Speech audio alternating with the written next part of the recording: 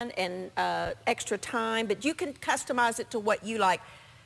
This Pink is Himalayan salt and a tablespoon or teaspoon of vinegar, apple cider vinegar with the mother. This is the sirloin with Yes. potatoes, and carrots. We just added flavors, different. Each of these jars are going to be different flavors because I want to taste what they all taste like. So that's a good thing. You can customize it to what you like. Okay, this is the old Presto, which I've had many years. They still sell these new. They do sell them new. The main thing is make sure your seal is on perfect and Yes. good. Yeah. That's the key. And you need to replace these Every so often. and you can get you can these, order them. And Replace the seal. so we're going to lock this down. Read your instructions because your canner might be different. In this canner, you put 2 quarts of hot water before you start. Okay. And what we're going to do is, we do not put this on. This is a little cap. Okay. Here's a little secret. All right. You got 2 things. You got this little fella in the middle. This little, like a little metal thing. It will pop up when it seals. Okay. But what you want to watch for is bubbles right here. Bubbles coming out of the top Right. of this. There's a tiny little hole in the top of that. And we're going to show you this. So, yeah, I can see, that looks to me like that may already be starting to kind of, Yeah, but maybe we want maybe. the bubbles to come out, Okay. because that lets the air out. All right, so very important. Very important. So what I'm doing is I'm watching the gauge, which is on Now, 0. you've locked this, correct? It's locked. This is locked, all right? And I'll just go ease this around. They can see the gauge. And we have it on high as my stove will go. And that's where you start. You start on high. And we'll turn it around to let you see. I can hear it in there actually So starting what to. I'm waiting on is I want some water bubbles. Okay. And sometimes you'll get some. Sometimes the air's done gone. But I'll do that first. I'll watch. We're going to watch that little valve for bubbles. Now this is, you know, this is one of those things.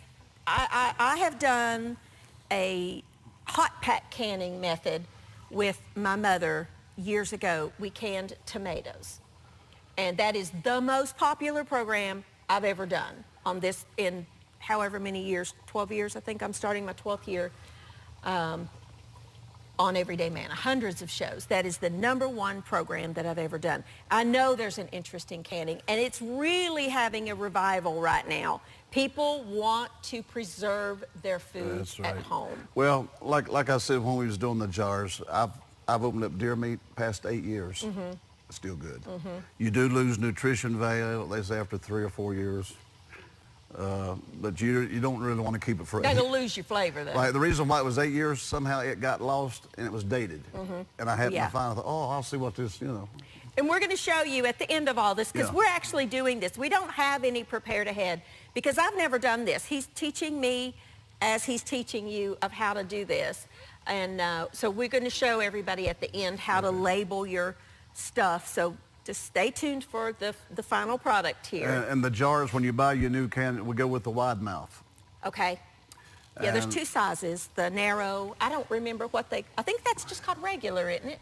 Regular. Isn't it called regular? And then wide mouth. So we've got the wide mouth. Let me just show everybody, because I do have some extras. Because yours holds 7 quarts. Correct. This is what we've got in there filled. These are I just purchased these and ran them through my dishwasher. Yeah, that's what I was going to say. Along with these. Yeah, that's what I was going to say. Anytime you buy the new jars, I always put them through hot water and dish. I mean, it's just... It just, you know, you just want to make sure they're clean. You can put these in your dishwasher or hand wash them, but not the flaps. No. You can't, these you do not, and these are not reusable. These are reusable. Correct. 3 times you say, and then you kind of lose your structure. Right. The old way of canning, people kept them for many years because it was different. This is pressure. Yeah. And so after 3, I have lost, like I said, 5 jars out of hundreds, but it blows the bottom off. Okay.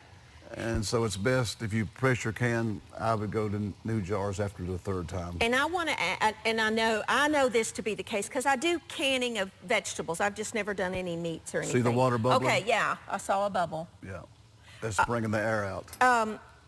Do not use regular jars like you buy mayonnaise in a jar. No. And you do not use those jars for canning. The integrity of the glass is not the same. You want to make sure that you are using canning jars. They're specifically for canning. And because my mama always used Ball brand, that's what I buy. But, I mean, they have different brands out there, but they're canning jars. Don't use your pickle and mayonnaise jars for pressure canning. The glass is different. Totally different. That's probably a tempered for pressure. So don't, because it could burst and shatter and you got a mess. And so when you're packing, like I said, this is an old one, so you can see it bubbles. But the principles are the same. All the same. Yeah, okay. Other than I have to start with 2 quarts. They may start with 1, 3. You got to read your up. manual. Okay. Yeah, we can see some bubbles. Yeah. It'll get some heat. You see that little bubble coming out of there? Yeah. It jumps. That's a good shot to show and the people. when you pack your jar, like I said, we packed with, in case they didn't see, beef and chicken. Beef and chicken, yeah. Potatoes, carrots, and flavors. You said you put cabbage in your chicken sometimes, It flavors the chicken. Now, let me ask a question. Is it normal to see the dripping coming out of here? Sometimes these older ones is. Okay, all right. So that's okay if you see that. Make sure yours is locked. Well, the newer one, you probably ain't gonna have it. Probably ain't gonna have that, okay. I did order a canner, a pressure canner. I actually have a Presto. I've ordered it, but I didn't know how to use it. So we're learning together, and I'm excited about that. So I'm watching for the bubbles coming out. At what point is enough of that? Well, sometimes this will click up. Okay. And when it does, I'll let my pressure go. It'll barely move up, and then I'll cap. And we'll show you when he's watching this, because you said before, you don't walk away from this. You do not take calls while you're pressure canning. Yeah. You got to babysit Because you this. you babysit. You may forget. It's not that all of a sudden everybody's getting killed by them. I've never heard of one explode. I'm sure they have, but if it happened, somebody left it. So let's see where we're at.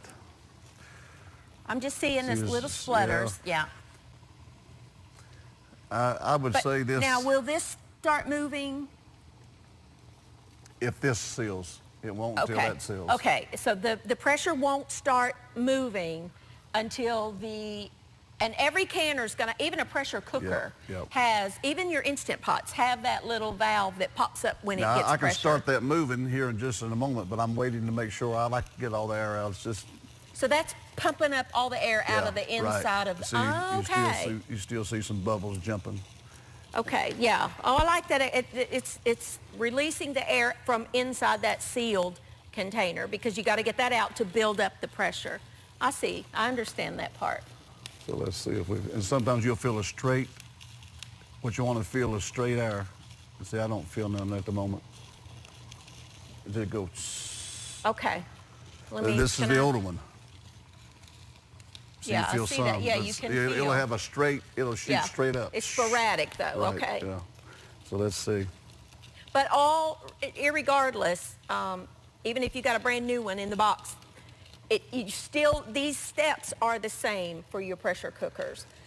You got to make sure, read your directions, but you've got to make sure that the little valve is doing what it's supposed to do, and that little pressure gauge there and is you can doing. buy new gauges and stuff, and plus this is something very helpful. Yeah, you're going to need one of those. When you get your cans out. They make, and I've seen these at like Walmart, different places, and you brought up a good store that I honestly never would have thought to go look for canning supplies, and that's Tractor Supplies. Yeah. But they make little kits of items that you might need, like those little handles and the little, we just used a knife to go down in the side to get the air bubbles out. But there are, supplies that you can buy for this. You can tell them some of the spices if you like. What I did, if you missed, because we're just watching that coming up, and he'll stop us when we're ready. I did a mixture of beef and chicken. I used sirloin steak because that's what was on sale, but you could use any cut of beef that you wanted. I did 2 whole ones in one jar, and then I cubed it in another jar, and I added potatoes and just little red potatoes, and little baby potatoes, I should say. I had a few left over. I'll just pop these in the air fryer and roast them. But the little small ones like that are perfect. Little baby carrots that we bought. Let me just grab them. I put all this up, but I should have just left it out. In case you did miss part 1 and 2, just the little prepared baby carrots.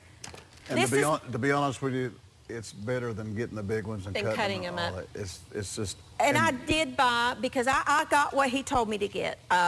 In the produce department of your grocery store, you will find a little square container called mirepoix, which is cut up carrot, celery, and onion. Basis for so many dishes, and it's already chopped up for you. This is one time, you know, your time is important, and I think it really is better just to buy the already cut up stuff. Like I said, unless you have a sous chef that wants to chop it all for you. If you figure out the weight, you're not saving very much. No, you're really not. And so we added, you know, you could add whatever vegetables. He adds mushrooms sometimes, cabbage sometimes, broccoli sometimes. You wouldn't want to use things that just go to mush. Yeah, if you use mushrooms, you want the big ones. The big mushrooms. They don't, yeah. But, you know, I customized the spices. We did use, in all of them, there are either beef bouillon for the beef or chicken bouillon for the chicken, 1 teaspoon of pink Himalayan salt, and 1 teaspoon of apple cider vinegar with the mother. That's in all of them. And then, either chicken stock or beef stock, and distilled water to cap it off with. Not regular tap water, but distilled water, because it doesn't have the chlorine and the fluoride and the different things in it. You want pure distilled water. But I bought just the, well, let me just grab them. Right here they are. I used up my pot pie mix, but I got these just spice packets from the grocery store. Get whatever flavor you like. I've got one here that's a brown sugar bourbon. It doesn't have alcohol in it. That's just a flavoring. And it's got molasses and brown sugar, spices, garlic, pepper, paprika, different things in it. Then I got a tomato, garlic, and basil. And I added some garlic powder, some rosemary, some thyme out of my spice pantry. Whatever you want to add. And cream of celery soup in my chicken. So it's just ready to go. I don't see too many bubbles. So all right, put that on. And that just jumped up. Okay, can we turn this just a dot? Can you see how that little thing right there came up? It popped up. That's your pressure valve, okay? Now we're going to start watching this go up, and we'll turn it. The actual gauge, okay? You want the can under the pressure past 10, 12 to 10. You don't want. That's where you want a can. Okay. And you want a can 1 hour. In our area. Yeah. I would imagine higher altitudes might be a little different. Yeah, but in our viewing area. Deer meat, I can an hour and a half. Okay. Once it comes up to pressure. Once it comes up to pressure. Okay, once that gauge, the timing doesn't start now. The timing starts when this little pressure gauge hits 10. What is that, like pounds per PSI? Is that basically what it is? Oh, it's a temperature thing too, 240. Okay. And we'll show you that. It's starting to rise. I'm watching it. It looked like it went up just a hair, maybe 1 degree. As soon as you go past 10, okay, and you see it hitting 12, you start easing your power down on your stove. You have to control your heat. Very slowly, very not slow. Fast, or it drops too quick. Right. So you just kind of go down with it. You have to adjust depending. You can do this on a gas stove too. I have a gas stove at home. Actually, I think heat's a little easier to control on gas. It is. You can back it way down. But you know, no matter what, whether you have this type, which is just the glass top, or you have the coil kind of stove that a lot of us still have, you can can on any of that. I've seen people do different cannings on their grill. We taught that on the Dave Star show in Hawaii. They actually had a big gas LP like type grill. A grill. Yeah, so you could do this outdoors if you wanted. You just have to control the heat. That's the key. Now, I know my mama did a lot of canning in her younger days. She actually had a second stove in her garage, which was attached to the house, that she did all of her canning out there to keep the heat out of the kitchen, but she didn't have AC. Yep, it's starting to go up now. I see it, okay? We're going to show you. We're going to get a good close-up shot. But this process is the same no matter what is in this jar. Am I right? That's correct. And could you do this pressure canning instead of like hot water pack, that kind of thing, with anything? You can pressure can anything. The fish is the hardest because it falls apart. Yeah, and so okay. You can't. You But like have- if I wanted to make jams and jellies, can you pressure can the jams and jellies? Well, I'm assuming you can, but the thing about it is, Or is that better with the hot water pack? That's Maybe better with the hot water pack, canner. yeah. There's two different ways to can. But I know Mama always pressure canned green beans. well, they say, like I said, USDA says any vegetables or meat, this is the safest. Okay, all right. And so This is I exciting. don't go with that. I just go with the fact that it has worked before. This man has canned, how many jars of food have you canned in the years? Hundreds of jars. Yeah, the last 2 months I was canning 150. Okay, so he knows what he's doing. And that's why he's doing this and teaching me and teaching you, because we need to learn how to do this. Well, plus if, like this one has 7.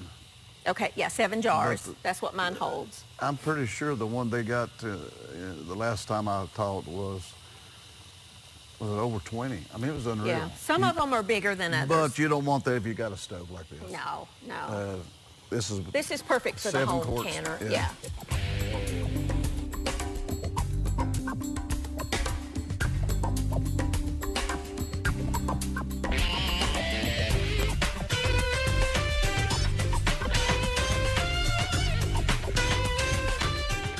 All right, now we turned it around so Austin can get a good shot here.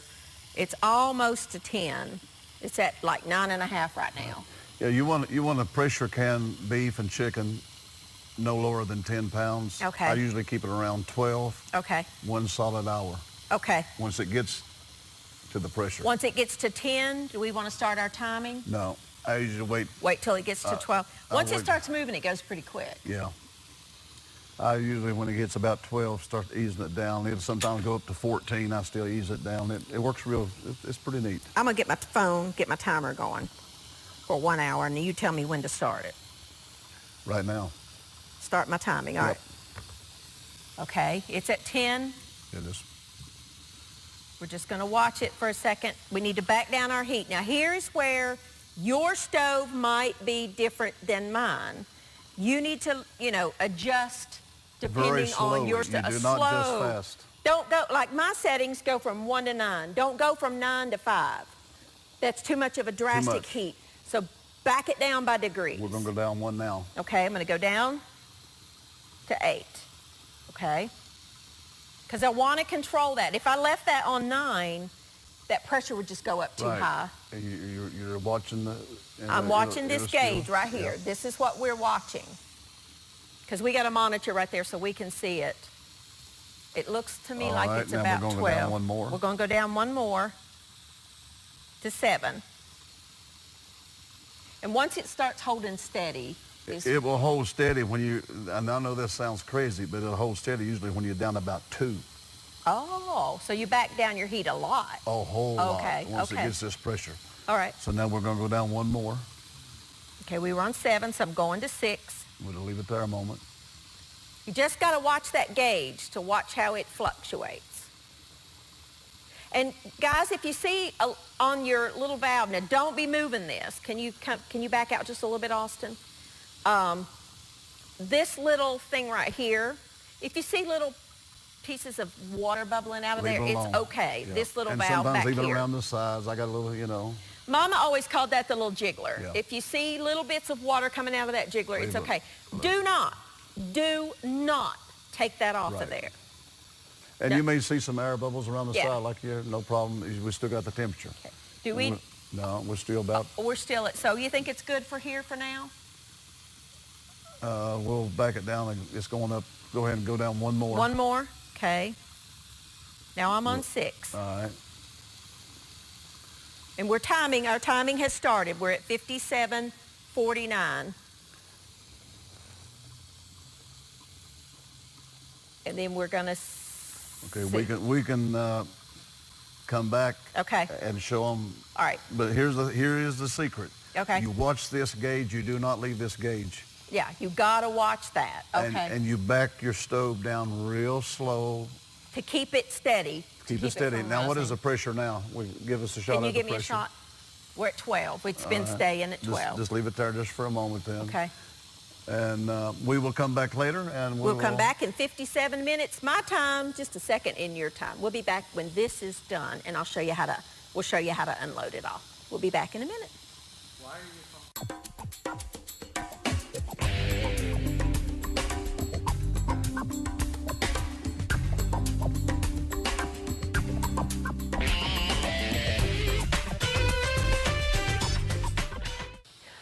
Okay, it has been an hour at babysitting is the understatement for that thing. That's it. Oh, yeah, that's exactly right. Of course, this was my first time, and he let me monitor and just, guided me through it. But you really, really have to stay. We started out, remember, on my stove, which goes from 1 to 9. We started out at 9 to bring it up to pressure, and then we backed it down 8, 7, 6, 5, 4, held it at 4 a little bit, 3. Then I think at one point we went down to 2. Then we brought it back up to 3 to maintain that pressure. You have to watch that gauge right there.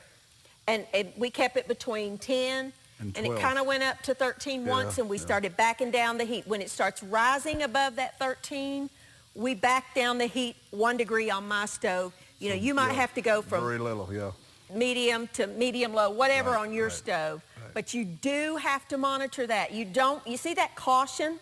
You don't want it to get up there. So now our hour is up. And Brother Steve, what do we need to do now? Well, it's going to take Turn probably... the stove off. Turn your stove off. It's probably going to take 10, 15 minutes before it zeroes out. Before the gauge, this gauge goes wrong way, down to 0. So we're going to come back when that gauge is 0 and 10 minutes has passed beyond that. Beyond that. Okay. Then we'll take this little fella here off. Okay. And if there's any steam, it'll come out there. Okay. So I just wanted you to see that the stove is off.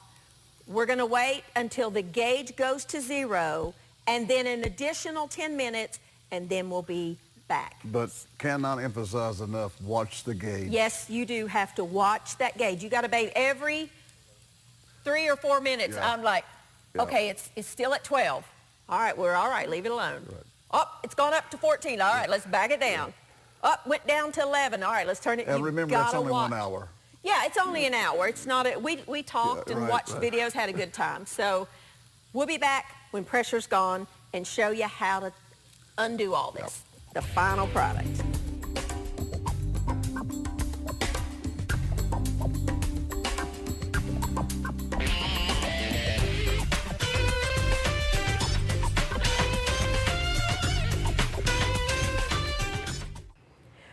Alrighty, now it took about 16 minutes for the pressure gauge to go to 0. You see how it's at 0? And the little metal, I don't know if you can, yeah, there we go. This little metal thing right here went down. So we know that we're good to go. Right, so we're going to take off this little fella, and we can tell there's nothing. And now what if there were a little bit of steam coming out of that? No problem.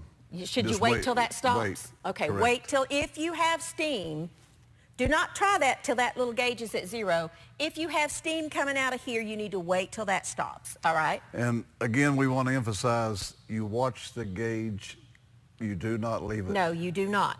Because right when you think it's stuck there, it moves. It will move. You've got to babysit that and adjust your heat up or down to keep it between 10 and 12-ish. Yeah, don't go below 10. No. With the beef and the chicken. If it starts going down, you want to raise that heat on your stove.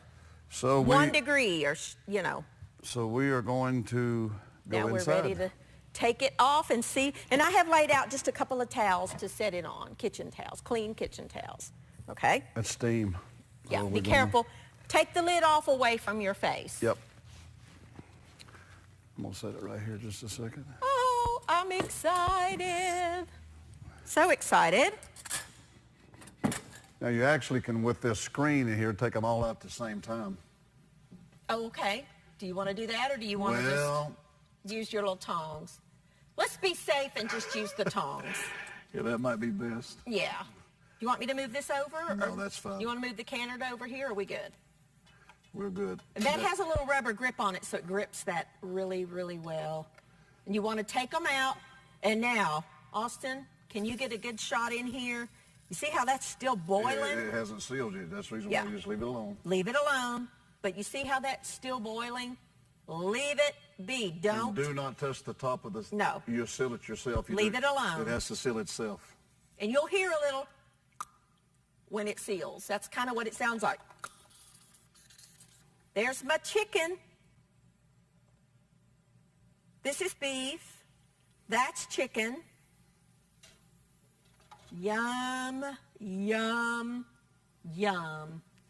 There's a beef. Separate them a little bit because these are hot. You've got to let this cool. This part I know because of doing tomatoes.